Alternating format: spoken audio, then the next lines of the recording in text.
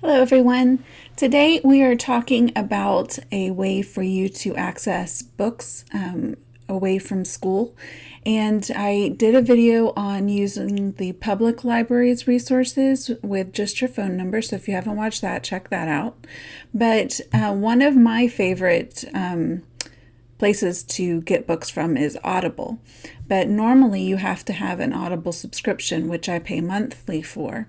But right now, during this crisis that we're all in, Audible has provided a website called Audible Stories for kids to use.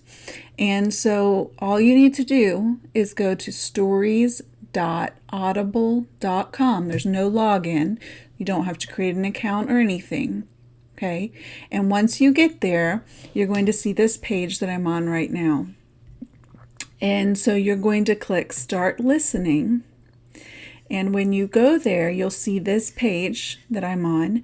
And at the top, it says Discover, and it has Littlest Listeners, Folk and Fairy Tales, Elementary, Tween, Teen, and Literary Classics.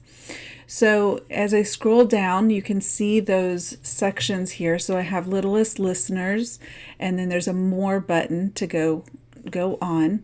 You can go to Elementary, More, Tween, there's a More, Teen, More, Literary Classics, More. So you have all age groups here, which is just amazing. So when I click on any of these books, so if I clicked, for example, on White Fang by Jack London, when it comes up, it's going to give me the name of the book, the author, the reviews from Audible, synopsis, which tells us what the book is about, the reviews from people that they've written, and then I can click Start Listening.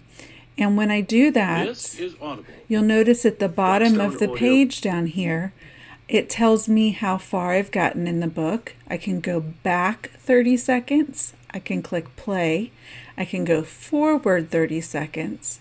I can change the speed where I can listen to it a little bit faster speed. I can click on chapters. So if I'm already reading the book and I want to go to a specific chapter on the audiobook, I can do that. Or I can go full screen over here, and it brings up this image right here of the book cover and all of those icons we just went over. And then I can click minimize to go back. Okay. Now, the important thing to remember is that if you want to continue reading this book, because White Fang, any of the tween and teen books are going to be longer, you have to leave that tab open on your web browser.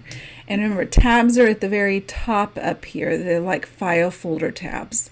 Okay, so you want to leave that tab open and don't close it or you'll lose your place in that book. Okay, so what they suggest is if you have multiple people using the browser window to have multiple tabs open. So if I had another child who wanted to read another book, I would open another tab and go to stories.audible.com and click Start Listening again. And maybe they wanted to read the Timeless Tales of Beatrix Potter. So I'd click on that and click Start Listening. This is Audible. And then I can listen to that book in this tab and go back over here and listen to White Fang. But I need to leave those open until I'm done with the book, or I will lose my spot. It doesn't matter how many people are listening to the same book worldwide. There's not a number of books that can be checked out at one time. You're just going to listen to that book in that tab.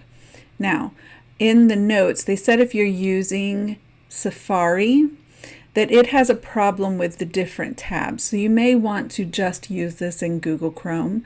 But I think it's just an amazing resource, and I'm really glad that Audible did it. And if you have any questions, feel free to contact me. My email is spierce at stjosephwhschool.org. And remember, you can take AR quizzes on these books. If you would like to check if it's an AR book, you can use that AR book finder. Okay, have a great day.